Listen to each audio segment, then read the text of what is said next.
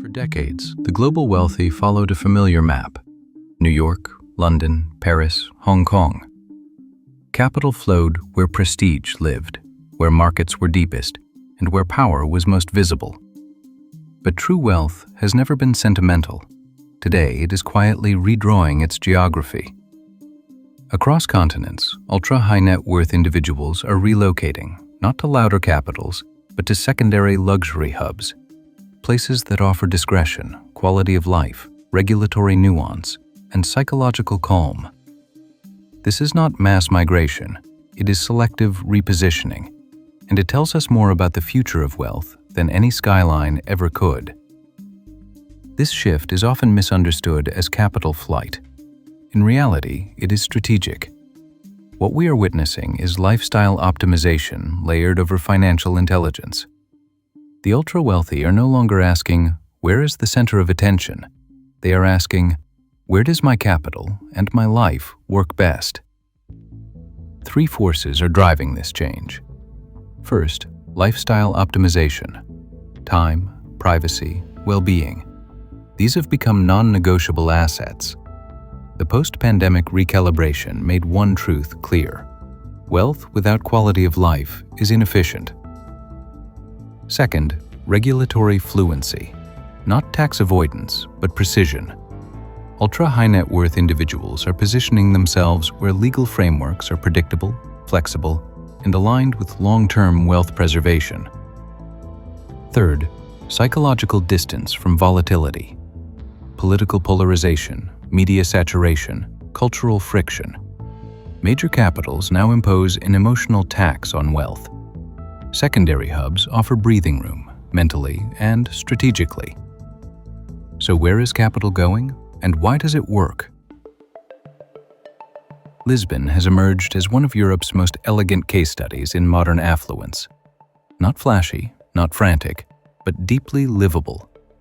Historic beauty, political stability, favorable residency frameworks.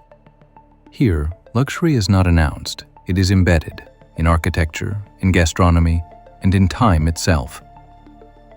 Dubai represents a different equation.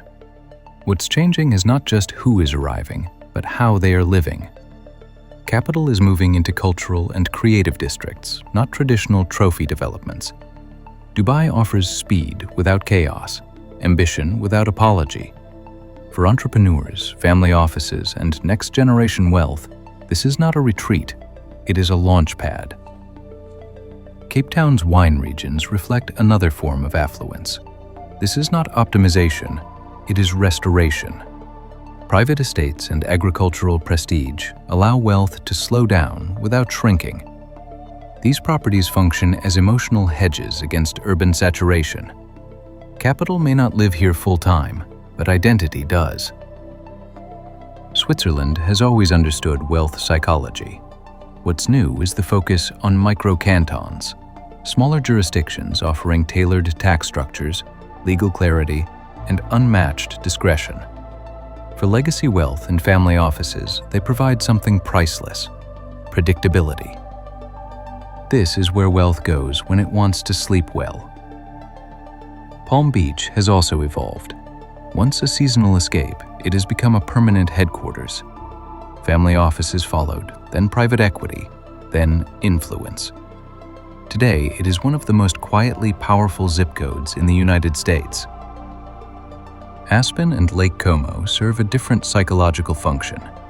They are not about accumulation, they are about belonging. Access here is social, not transactional. Prestige is inherited through participation, not purchase. This is not a rejection of global cities, it is a refinement of them. The ultra-wealthy are building distributed lives, one foot in capital markets, the other in places that restore clarity, privacy, and control. They are diversifying not just portfolios, but geographies of identity. Because the smartest money doesn't ask where wealth was celebrated yesterday, it asks where wealth will function best tomorrow. And that map looks quieter, smarter, and far more intentional than most people realize. This is the Affluence Index, where the psychology of prosperity is decoded for intentional living.